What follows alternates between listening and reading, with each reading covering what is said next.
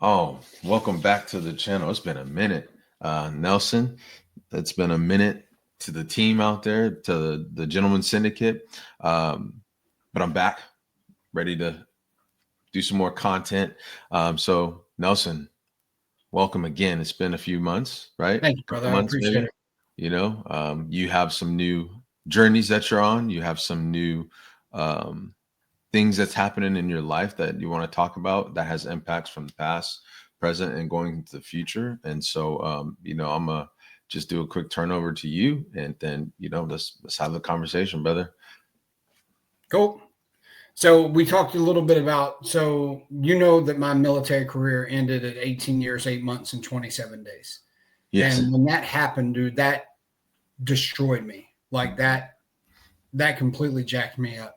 Right. And having a little bit of OCD, I wanted that completion of 20. And when I didn't get it, it floored me. And so fast forward for a year, I went through a huge amount of depression, uh, lots of suicidal ideations, no attempts at that point.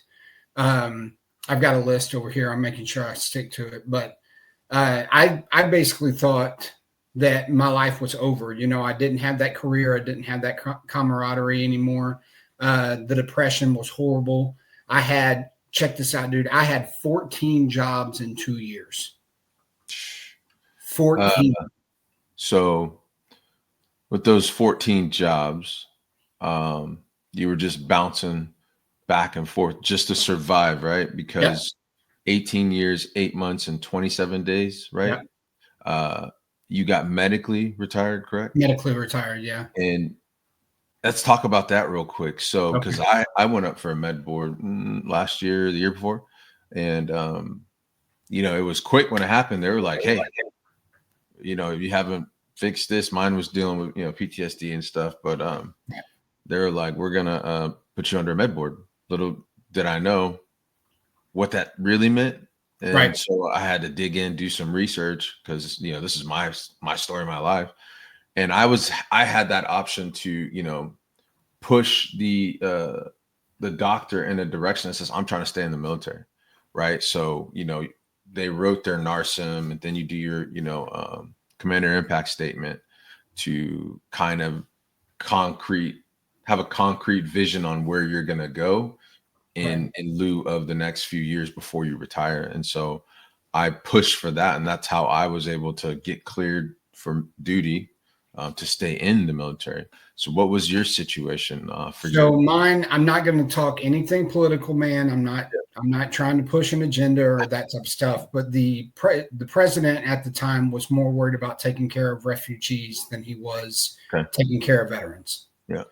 And so um, the Congress had come down and said, even if they have a hangnail, get them out. And That was that's what what my year? lawyer in San Antonio told me. What year was that? 16. Okay. Yep. So Yeah, yeah, makes sense. 15, 16, that type of stuff. Okay. And so I went through basically what happened is it's the exact same thing that you just said. I went for a regular checkup. I had been sick.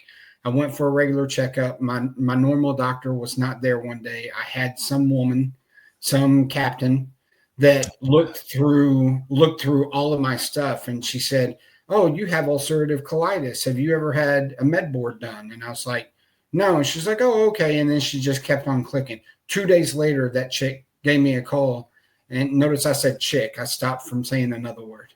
that, I got you. that lady called and said, "Oh, you're being med boarded," and I'm like, "What? Like, you got to be kidding me!" And then on ulcerative colitis, they don't give you a percentage for that. So she started a med board off of something that you don't even get a percentage off of. That's what pissed me off. It didn't make any sense to me. But at the time, I was going through a vertigo issue, and they said, "Okay, here's the problem. You can't climb ladders. You can't deploy. You can't deploy. Then you can't stay in the military." And that's what they got me out on, was the vertigo. It started with the ulcerative colitis, but they got Man. me on the vertigo. Yeah. And then I Mhm. had multiple mental health issues. I'm not going to go into that, but multiple mental health issues. And they gave me 50% for that, 30% for the vertigo, blah, blah, blah. I had all types of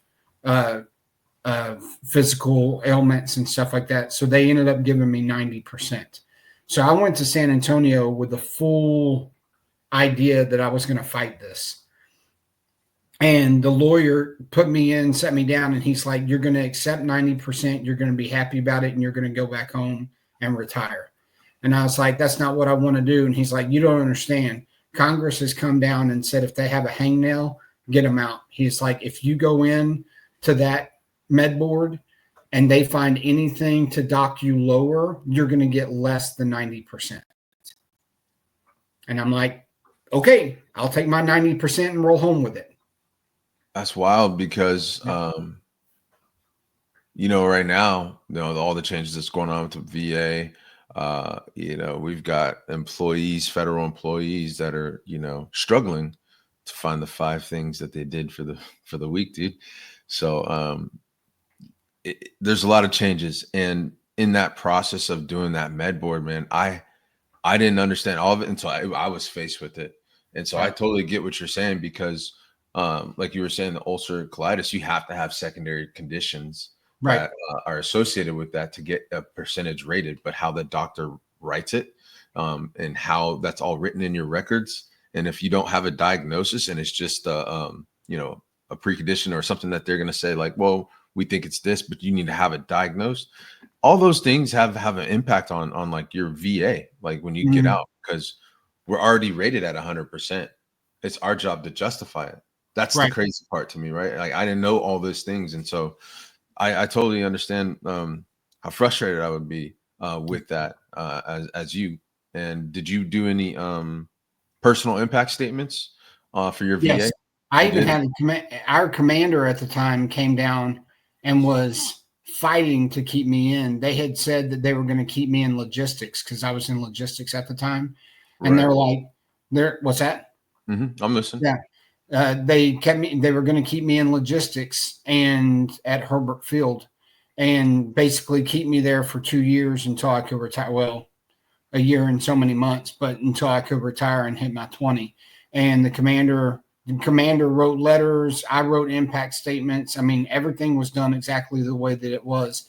And when it went to the med board, they said, nope, you're out. Did you ever get to the point where you can challenge with the congressman, or you can write your congressman? Yeah, I wrote my congressman. And they also were supportive, or they were like, no? No, Congress had already come down and said, get them out. Yeah, that's crazy. It was a completely different time. Okay, so you had a because 2016, I think I was in Germany. So you had a complete shock to your entire life, right? Right. And getting out of the military through a medical retirement. Right. Because if you didn't get anything above 30%, then they would medically separate you. Right. At 18 years, 8 months, 27 days, and they give you a fat check, and then that's it. You know, a lot of people don't understand that, you know, especially, you know, military folks, is you have to get above a 30% at, you know, 16 plus years to get a medical retirement. Anything below that, they're going to cut you a fat check, but you don't get any medical benefits. You don't get any, you can't apply for VA, because even if you did apply for VA and get a rating above 30%, you're going to have to pay that money back that they paid you. Like, what? So the system is rigged. It's rigged. Yeah.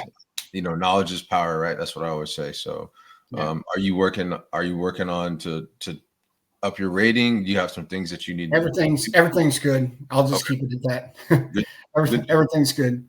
So but anyway, man, when I got out, I was horrible. I already had an alcohol issue when I was coming out of the military anyway. So that got 10 times worse as soon as I came out. I started smoking weed. And then on top of that, I'm taking mental health medications. So I had this cocktail of stuff going on that I shouldn't have been putting into my body. And that didn't help at all. The depression was horrible. Like I said, I won't go through the whole gambit, man, but I was a security guard at 3 different places. I worked in a gym for 2 days. Whoa. 2 days. 2 days. Throw some weight at somebody? No, my depression wouldn't let me get out of bed.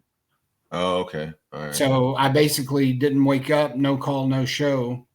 And they just fired me. They're like, this is your second day or your third day, and you're already doing this. Now we're going to let you go. And how recent are all these jobs after you got out? Oh, they're all within a year. Okay. After I got out. Yeah. I had a job at Teeks when I first came out. Oh, yeah. And I was thinking that was going to be the end all be all of human existence. But the problem was it was a part-time position. And I did 2 months. And as soon as those 2 months were over, they said, hey, there's been a funding shortage. We're going to give you a call if the funding ever comes back, and they never gave me a call. So I don't know if they just didn't like me, which is possible. I was in a really bad state at the time. So were you an adjunct instructor? Yes. What course did you teach? Hazmat. Okay. That was what you taught when you were at the schoolhouse, right? No, I taught block 1 and 2 and block 3. Oh, those are different now. So yeah. Block 1 is EMR.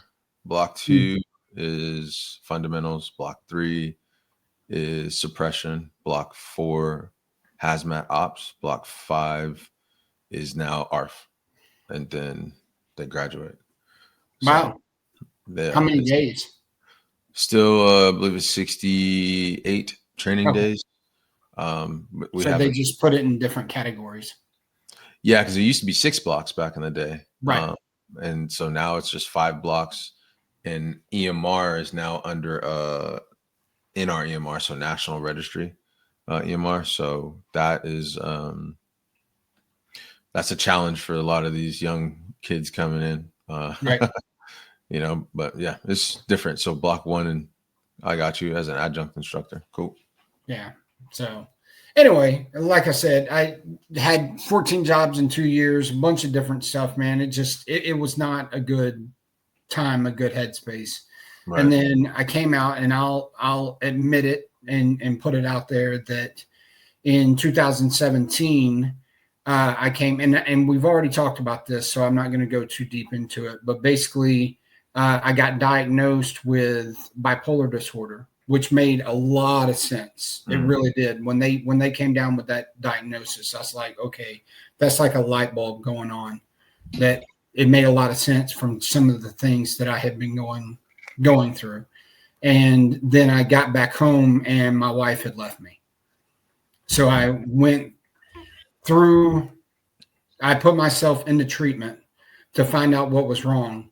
Came out 10 days later and came home to an empty house. So that kind of sucked, Oh, let's talk about it, because I went through that too, man, after my divorce, which, I don't really talk about my stuff on here, but I'm willing to talk about it, because I dropped my kids off down in Dallas, and, I had a house with 3 kids screaming and yelling and, getting on my nerves and, what I'm saying, fighting each other all the time. Dropped them off down at the Dallas airport for her to fly them to Germany, and silence. Like, that pierced my soul, man. That one hurt. Having that absolute silence, because you're only in here now. Yeah. You know what I mean? The only person to fight right now in your mind is yourself. So right. I don't know if that's what you're feeling. I remember, man, there's a visual that I'm actually talking about in my next book, that when I opened the door, it was windy that day. When I opened the door, have we talked about this? The leaves, yeah. Yeah, the leaves. I opened the door, and the leaves were like a tumbleweed, and they were just rolling through the house. And that visual still to this day sticks in my mind. Yeah. And it's on there so much, but I don't want to keep hashing up old stuff. But anyway, the main point is that it sucked, man. Life after that sucked. I had a suicide attempt in 2019. The divorce happened. Losing the career happened. It all sucked. And then in 2019, about 20 days after the suicide attempt, I looked on Facebook or looked on Match.com, and there was this face that I was just like, holy crap, like, wow, like kind of mesmerized by what was going on. And we've been together for 6 years. and life was grand. And we have 5 years of being engaged. We're going to be getting married soon. Don't know exactly when, but sometime we're going to get married soon. And it's just life has gotten 10 times better. I'm going to school. This is for all those who are sitting there saying, what do I do on the outside? I just lost my military career. I'm too old to go back to school. Dude, I didn't start going back to school till I was 45. And the only thing I had was just like everybody else coming out of the military, I had 2 associate's degrees. That's all I had. So came through and started going to school, and I got me a business degree from Southern New Hampshire University. Mm-hmm. And now I'm working on my clinical mental health counseling degree from Lamar. And I'm almost done with my master's degree. I graduate in December. So anybody who's sitting out there saying, I can't do this shit, there's no way I'm going to be able to retire and then go out and do something different and find something new. Dude, you may go through 14 jobs in 2 years. You may go through a bunch of crap that you don't want to go through.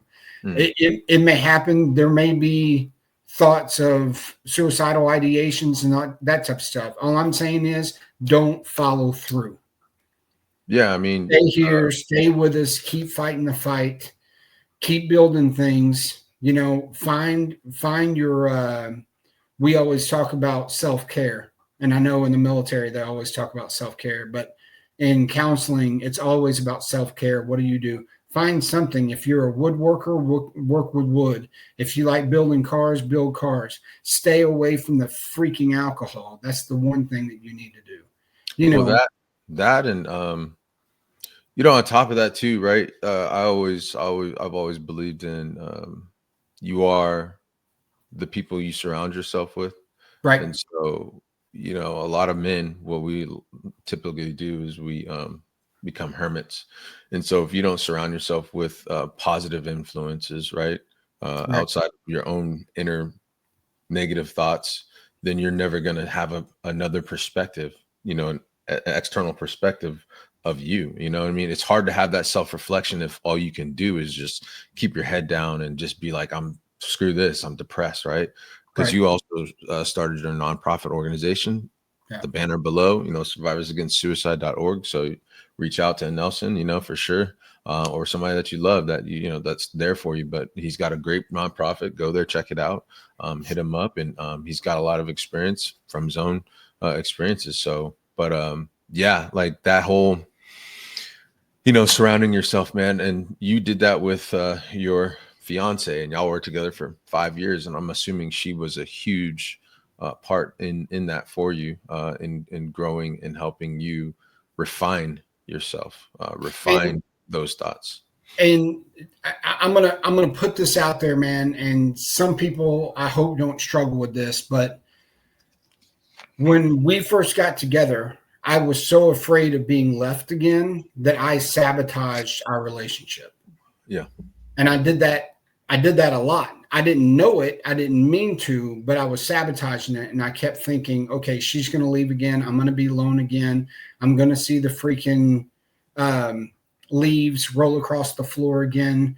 I don't want that bullshit. So I kept sabotaging, and I tried to leave 5-6 times and actually left for like 2 days at one point and everything like that. And she, for some reason, kept with my ass and kept holding on to me and be like, hey, let's work this out. Hey, it's going to be okay. For some reason, she did that. Why? I don't particularly know. Obviously, there's something there that I don't quite understand. But we stayed together through all that. And people need to understand that if you go through a divorce, your new relationship is not your old relationship.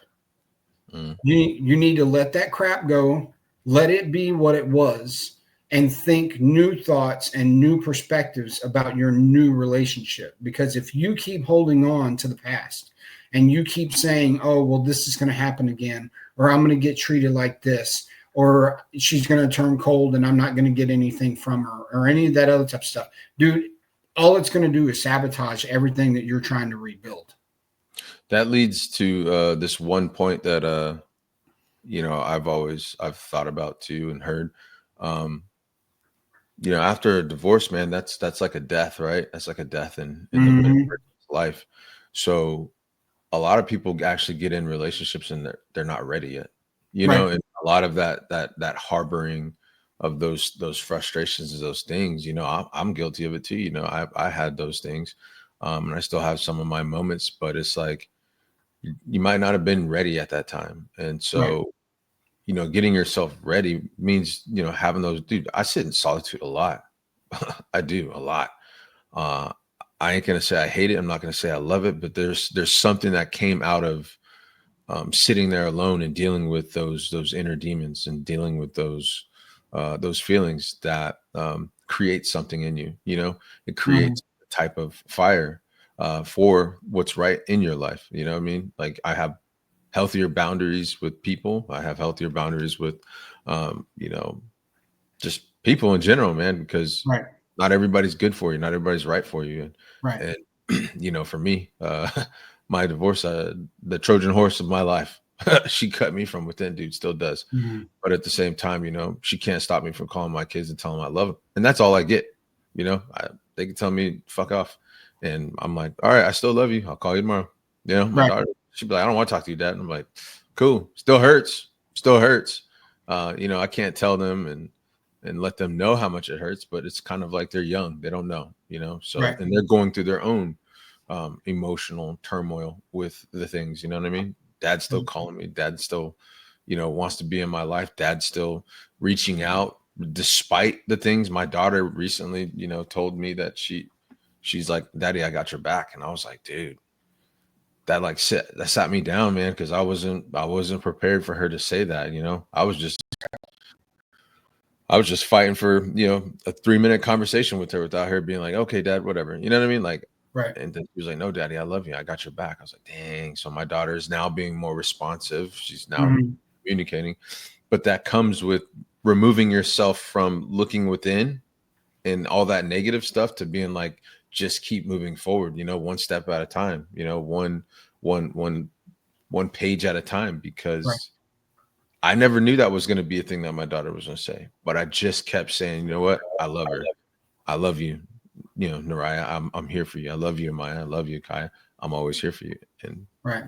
she sees it, you know, and I'm assuming that, you know, your fiance saw that about you, Right. you know what I mean, during your thing too. So yeah, it's a good I point. don't. I don't. You just brought up some stuff. I normally don't talk about a whole lot to a whole lot of people, but you know what? It's out there, and I'm gonna throw it out there. I have not been able to speak to my daughter for a year and a half now. Mm. Even though she was under 18 at the time and that type of stuff, she had chosen not to come see me and stuff like that because yeah, I'll Yeah, just leave it like that. I'm yeah. not I'm not gonna I'm not gonna blow Yeah, up I got you. bridges. Influences. There's influences. But yeah, but she chose not to come see me for a year and a half, and dude, it hurts, man. It hurts so bad. But I'm gonna tell you what, man. They say on their side that she's doing better and everything's grand with her and everything else, and mentally she's good and in a good state and that type of stuff. If that's what it takes to get her in a good space, then okay. But we're doing good on our side too. You know, it's not like the world ended and everything fell apart when she stopped coming and everything. We kept living and everything went on well and fine. So anybody that's out there that's like, hey, my kids aren't talking to me, all that other type of stuff, dude, it sucks, it hurts, but man, if they make that decision and that choice, there ain't a damn thing you can do about it. And if you let it eat you up inside, if you Yeah. let it eat you up inside and tear you apart, man, all that's going to do is just rip you up. It's not going to assist you. It's not going to build you up at all. And it's going to end up tearing you down. So, my thought process on it is screw it. If they want to not be a part of you and not be around you and make that choice, that's not your decision. That's their decision. And so, And it you, shouldn't stop you. It shouldn't yeah, stop you from still reaching out and telling them you love them, right. because You still reach out. I still reach out from time to time. I mean, I've been asked and requested, hey, don't contact me. And every once in a while, I still send a text or that type of stuff or try to call. But, you know, it is what it is. And I'm not going to bash her. I'm not going to bash her mom. I'm not going to do anything like that. But, you know, at the end of the day, you've got to think about what's best for your mental health. Is it best to keep trying and keep getting the door slammed in your face? Or do you go on with your life and rebuild and reconstitute, so to speak, and be better on the other side? Like, I could have swam in depression. I swam in depression for 2 years, man, after they left. So I had 3 straight years of bad depression. I could have stayed in that state of depression and let it eat me alive. I didn't do that. I didn't let it do that. I pushed forward. Now, granted, during the 2 years of depression, I didn't do shit. But afterwards, and once I found Natalie and life got so much better, then we kept on moving and everything happened for a reason. And we kept pushing, and life now is completely incredible.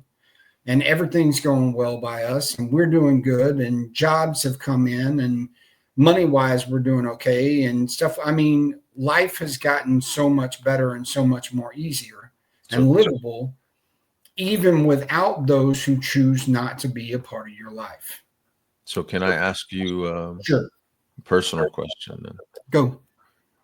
Because a lot of what you've talked about and hinted at and you know you stand behind comes from the idea that you know your fiance was such a huge part in your growth, Right. through the process of all that. So if you could think of like one characteristic or one piece of advice to give to those lonely men out there, you know what I'm saying? Not me. Lonely men out there that they feel like they lost everything. They feel like they're never going to find a relationship. They feel like, you know, because I go through that same thing, man. Like my kids, man, like I go from, you know, having that authoritative, you know, presence in your children's life to being a distant relative that they never ever really know about, dog. Like, Right. do you know how hard that's hard, dog. That's tough. Right. But you also don't know the influences that surrounds those kids, right? Right. One thing I looked up was parental alienation. That's a real thing. And my ex-wife, she's still doing that to this day, in all her actions. But it is what it is. You reap what you sow. But if there's something that you can consolidate into, you know, a contributing theme or a type of trait or characteristic that you and your fiance have that someone can like think about going forward, when that chance comes up for them to potentially find the right relationship, what would it be? Okay. First of all, I'm going to say 2 things. Number one, everybody talks about one day at a time. I don't believe in that bullshit.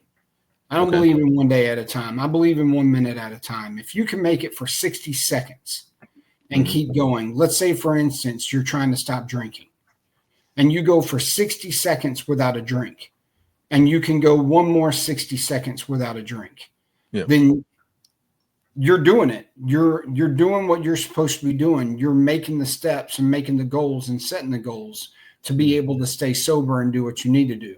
When you're sitting there depressed as hell and you're thinking about suicidal ideations and you're thinking about possibly doing stuff, think about 60 seconds at a time, 1 minute at a time. If you can make it through that 60 seconds, then you're golden. You've made it through, and you keep on pushing from there. Now, when it comes to the relationship, we talked about this earlier before we started the recording, and you know the word that I'm about to say: boundaries. Boundaries. Set up what you can do and what you are willing to do and what you are not willing to do. Oof, yeah, that's powerful, man. Because boundaries will slap. That's like you probably heard that term. You know, people hitting the wall. Yeah, That's what it is, man. That's exactly what it is, dude. Boundaries is definitely the origin story of our beginnings, right? God said, thou shalt not eat from this." Boom, right? And hey, they went through that boundary, and here we are. You know what I mean? So that's a good one, man. You don't really hear. I ask a lot of couples that, right? Whenever, I'm trying to grow and learn and stuff. And usually it's always communication. People always say Mhm. communication, or the dudes will always say, she's right. I don't believe in that dog. I don't Right. believe she's right. Nothing against women. Hey, don't take that the wrong way. Don't care. But I don't think it's about who's right and who's wrong. It's more about who's supportive and Right. who's going to understand, right? So Right. boundaries is part of that support and understanding of, what I I mean? Because if didn't you don't have that, sorry, I didn't understand boundaries at all when Natalie and yeah, I got into this relationship. I didn't get it. She kept saying boundaries, boundaries, boundaries, and I didn't understand it at all. Once I started setting those boundaries with the ex-wife, with the kids and all that yeah, other stuff, and stating what we can do and what we can't do. Let me give an example, okay? Every time my kids would come in town when I was living at the loft in downtown Bryan, okay, I had a kick-ass loft. I'll leave that alone. But anyway, it was the pimp pad. We'll just say it like that. okay. And it was a cool place to be at and have the kids at and everything like that. They would come in town. I'd drop $400-$500 a weekend, easy. Toys, dinners, all that other type of stuff. Whatever they really wanted, they got. When Natalie and I got together and we started setting boundaries, and she's like, hey, you're like broke here. Like, you're having a really hard time staying afloat and everything like that. I would suggest, and she never told me what I needed to do or what I should do. She Mm. would suggest, hey, have you thought about this? Have you thought about that? And I dropped it down to about $250 a weekend. And then we went a little bit with that, and I dropped it to basically nothing a weekend. And the kids didn't like it. They didn't like it. They didn't appreciate it. I still catch shit for that even now, because not from my son, but anyway, Yeah. I still catch hell from that nowadays, because everything changed for them, and daddy wasn't doing this and daddy wasn't doing this, and they always blamed her. And that's all her fault. It wasn't her fault. It wasn't anybody's fault. It was the choice of making a boundary, setting a boundary, and not going off that boundary anymore. I am finally financially set. I mean, I'm not rich at all, by no means, but I am financially set and able to take care of myself and take care of her, because I stopped spending that much money when they would come in town. Go ahead. So is that the thing with the boundaries, right? Is that why y'all have been fiance for 5 years? Nah, Was there was just so oh, much. There's just so much crap in between, man. I had to grow up. That's what yeah, it but comes down to. some people take the timing, right? They look at this Right, time frame of when people should potentially do whatever, right? Because right, some people might say, well, from my perspective, I need to be here. And some people are like, I need to be here. In reality, like, that adds pressure to all of that, right? Like, to right. that whole idea of we need to be doing this at this time and blah, blah, blah. And how about I just get to my goals, and you find your goals, and then we come together in between with all those goals, and then we work through that process, right? Like, Right. because I see because that's how I felt when you were talking about boundaries. And yeah, I knew y'all were engaged for 5 years. Right. So are y'all set to be married next year or something? Soon, Yeah. yeah, we haven't. Dude, Okay, I'm you going know to tell date you yet? this. Okay. First of all, we have not been in a rush, and here's the reason why. We In a what? both, In a we rush, right? both got, yeah, we both got left Okay. in our marriages. We both got left, and that caused a lot of pain and a Yeah. lot of insecurities, not only within each other, but within ourselves. Why did Mhm. I get left? Am I worthy of love? Am I enough? That's a huge question that Natalie went through, is, am I enough? And she's more than enough. But it took me a long time to get past all my weaknesses and all my insecurities to finally start treating her like she was enough. I mean, we struggled for years when we first got together. So it's like, why am I going to enter into a marriage when we're struggling so much and falling apart so much? and having issues. Like I said, I told you earlier, when we first got together, I tried to leave 5 times. 5 different times I tried to leave. And it was because it had a lot to do with my bipolar, but it also had a lot to do with my ego. I wouldn't get out of my own head and start realizing that I had somebody that was there who gave a shit about me and who cared everything and who wanted to build a solid foundation and a solid future relationship. Right. Why would she invest another marriage when you have a guy who's trying to leave all the time? Why would you do that? So the last time that I tried to leave was 1.5 years ago. So I think we're well past that. And that's where we're starting to talk again and be like, hey, look, life is better. There's nobody trying to leave. Everybody is solid, that type of stuff. Now let's start talking about building a future and that type of stuff. But there were so many aspects of people wouldn't get, I'm going to say it right now, man, people wouldn't get out of our way.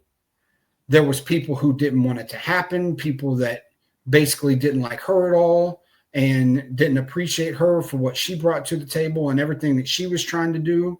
And it was bullshit. It was crap that they felt that way and that they were doing it that way. But it's something that we were dealing with. And we were both like, hey, are we willing to get into another marriage that might possibly fail because of all this crap that's going on? Yeah. I know my brother sitting here across from me right now on this screen. And I know that you're questioning whether or not you're ever going to be happy enough to be able to get married again. We do it. We all do it. I did it for sure. Am I ever going to be happy enough to keep going, to move on?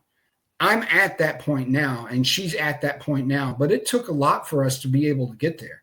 And I made a lot of mistakes along the way, dude. I mean, when we talk about my public speaking and what I'm wanting to do and get up on stage and that type of stuff, the main focus that I'm going to use is my mistakes, not the positive things that I've done. It's the mistakes that I've made along the way, and use that to help build other people up.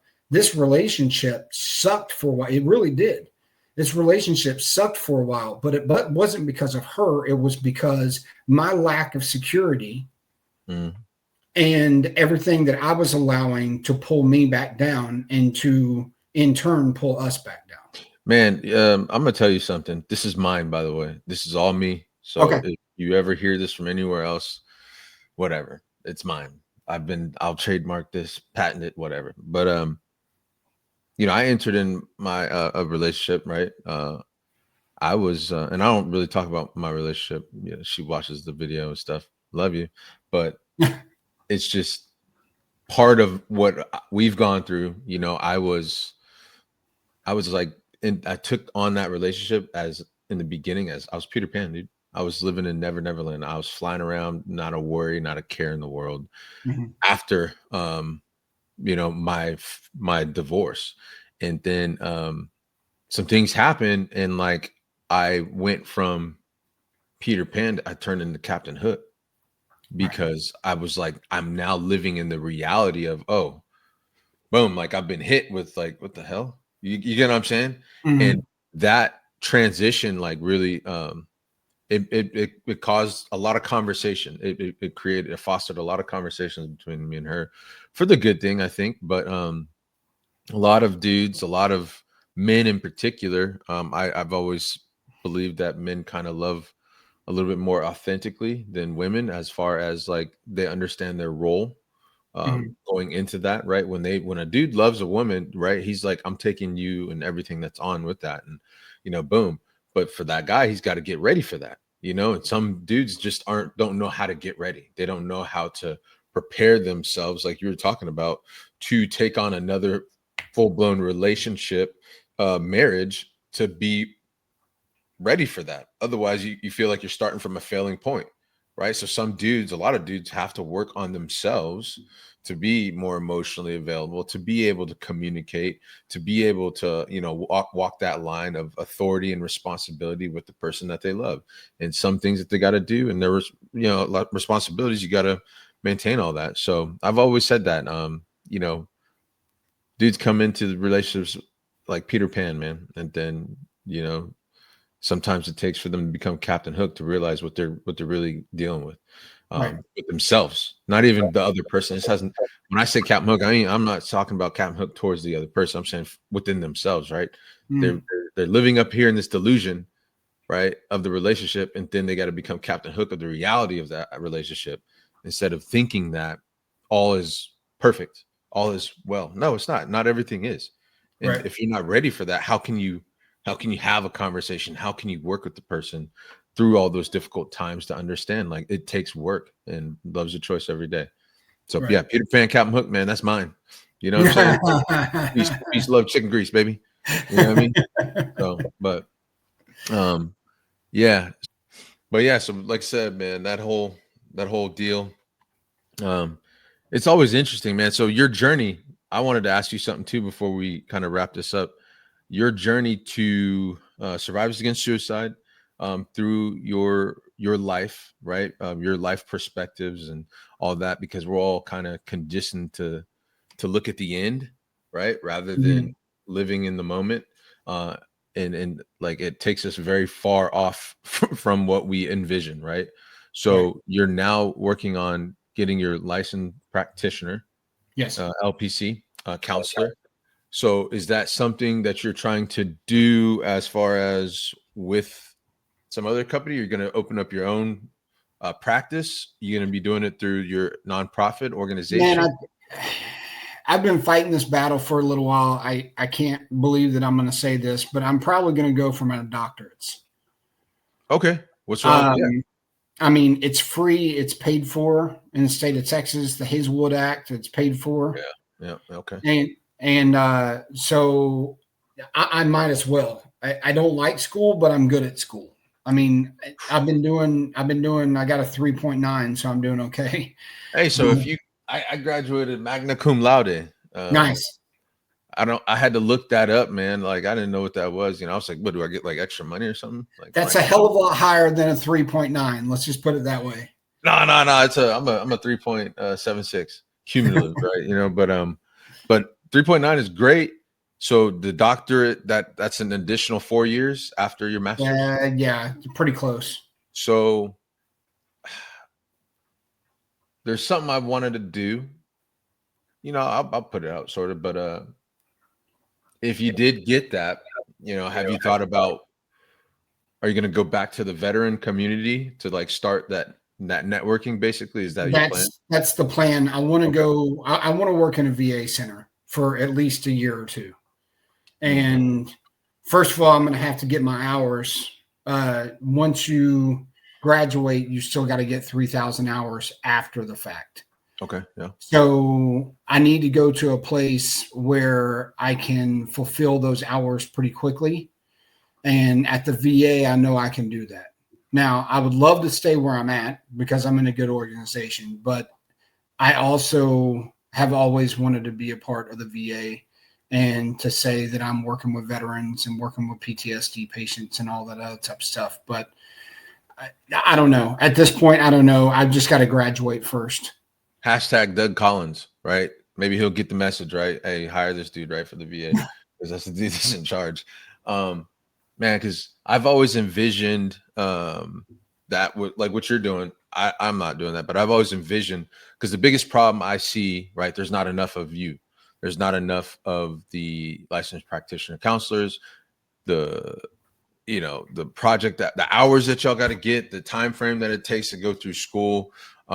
There's just not enough of that, and then there's so many people going through things.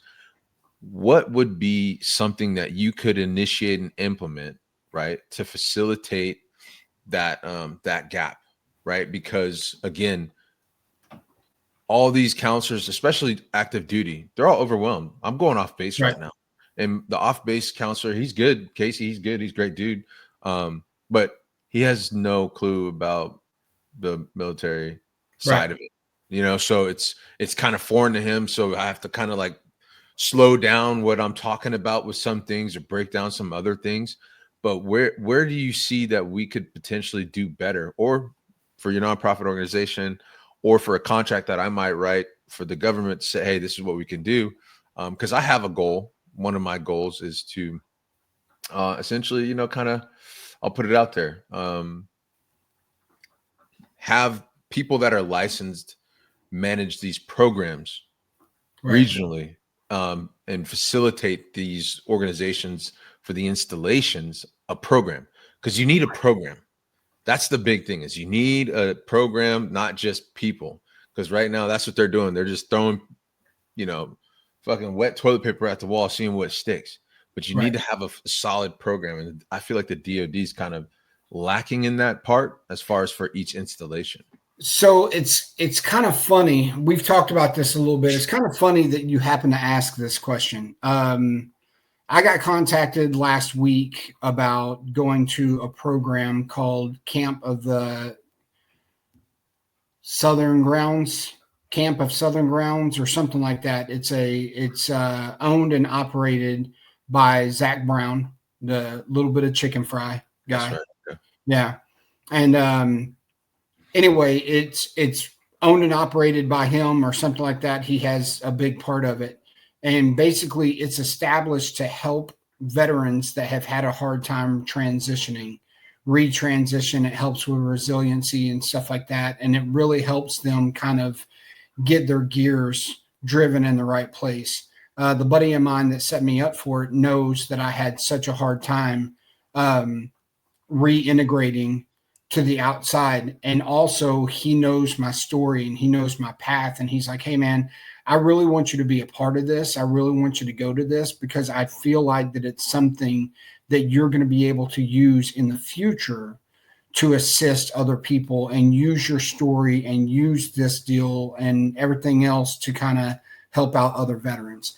It's these type of programs that I want to assist in the future. Camp of the Southern Grounds. There's one called No Barriers, where they take veterans up mountains. I did that one. Mm-hmm. I did that one in 2017. It was cool, but that's during my state of depression and was really bad. So I wasn't in the right mind frame to actually enjoy it and get anything out of it. But this one, I know that I'm going to be able to get a whole lot more out of it. And it's not as much, I'm going to learn a ton, but it's also about reaching out and helping other people with the stories that we have and that we've gone through. It's like, I talked to you about the one, Operation Pay It Forward. Right. You know, that's another one here. You know, I definitely see those things, man. But you know, I hate to say it like this, but we're always late to the game when it comes to dealing with, when we're saying the word veteran. Already late to the game, man. Yeah. And so being able to maybe take that from saying, hey, for veterans, we're going to take active duty service members. From my understanding, we have some active duty members that are going to be a part this time. So they do take active duty members. That's good. That's good. You know, because when we talk about this whole, you know, mental health capacity in this career field and the things that we're dealing with, you remember being in the fire service, man. We're always reactive, dude. We're always after the fact. The only proactive part of what we do is what I teach, and what I love doing is fire prevention. That's the only proactive approach of what fire department is in training. Right. And so when it comes to mental health, how can we be more proactive? Right. And that's why I was saying, like, the installations, having programs, having people that now have their LPC, to have their doctorate, they're the doctor. They can prescribe medicine instead of putting them in one chair to meet with one person at a time. Having them have the opportunity to be at many places through programs and installations, and facilitating some things is like where my mind is at with one of the things that I want to do for the members and VA possibly too, you know. So, but I just wanted to get your thoughts on it, man. And, you know, because I know that that's where your mind is going and your world is at. Well, in the nonprofit, of course, is something that I want to use, but the nonprofit is specifically geared towards helping people, helping survivors rebuild after the fact of the suicide that happens and that type of stuff. So it is geared towards veterans, but I'm hoping we're not having to deal with that on an idea of veterans too terribly much, because, and I've said this before and I'll say it again, we are the #1 nonprofit that hope we're never used. We never want to be used. Right. You're talking about Survivors Against Suicide, yes. Right? Okay. Survivors Against Suicide. I hope we're never used. But unfortunately, reality is suicides are going to happen. So, but on a flip side from that, what you're asking about is how do we help veterans? And I think these programs are more geared towards what needs to happen for training them on the outside or training them before they get out and all that other type of stuff. But like I said, this program that I've been told about, they actually take active duty members. Yeah, I'm gonna have to check that out. Bring them in and teach them everything. So I'm gonna have to check that out, dude. Yeah. But yeah, man, I gotta go to a chili eating contest, man. My neighbor's mother, she's not letting me not go there. So she's like, you had better come. And I was like, oh man, can't make mother mad. So but dude, I appreciate you reaching out for an interview, because like I said, man, I had kind of taken a hiatus from all of it, man. I was going through a transition and trying to graduate college, trying to figure out, because I have a lot on my plate that I'm trying to do and go, but I needed to like kind of refocus and like kind of dig into one thing more so than being fully, spread out. So yeah, I'm kind of starting to find my roots again and my feet, and I love doing this stuff, man. So we need to talk again. We need to chat again. Keep up with your organization, your nonprofit. Keep up with you and, how your journey through, your LPC and getting your doctorate, and, how you're leveraging either the Hazelwood or some military things that you're using to get to where you're going. And let's talk about it, man, especially divorce, because that is one of the #1 killers for men, man, because a lot of dudes go through it. And I hate to throw out statistics, but, statistically, over almost 50%, if not more than 50% of marriages end in divorce. And for dudes, it's devastating. And it affects them a lot, man. We need masculinity back. We need men to be men. We need men to be authentic. We need men to be able to have the opportunity to share their experiences with other men, to grow themselves and the world around them, man, because we affect the world around us, man. Like that's how men are, right? So, we built this world, or not the world, but we built the roads, we build the houses. We're out here doing these things for the world, man. But it's like, where's that for us? Yeah, that's what this channel is, man. And I appreciate you jumping on board with that, man. And it's good to see you, man. That beard is getting it's getting scraggly, dog. So no, dude, what's funny is I just had it trimmed yesterday, so it's not too scraggly. It was worse yesterday. You put beard oil on that? A little bit every once in a while when I remember to do it. Okay, beard oil, and then you got like a comb. Yes. You know what? The next animal I kill, I'm gonna get a bone, and I'll send you the bone, and you can use that to comb it, right? So yeah, it'll be good. But hey, many blessings, man. I appreciate it. You got any final words for the audience or anybody else? Okay. Nah, man, I'm good. I appreciate you, Natalie. If you can hear me, you've done a good job with your man here. So y'all are doing great, and it's awesome to see that, man. A healthy relationship moving forward with healthy boundaries, and I think that's what I'm gonna rename this episode as, Healthy Boundaries. So that's a good one. I appreciate you, brother. All right, mahalo. Thanks, man.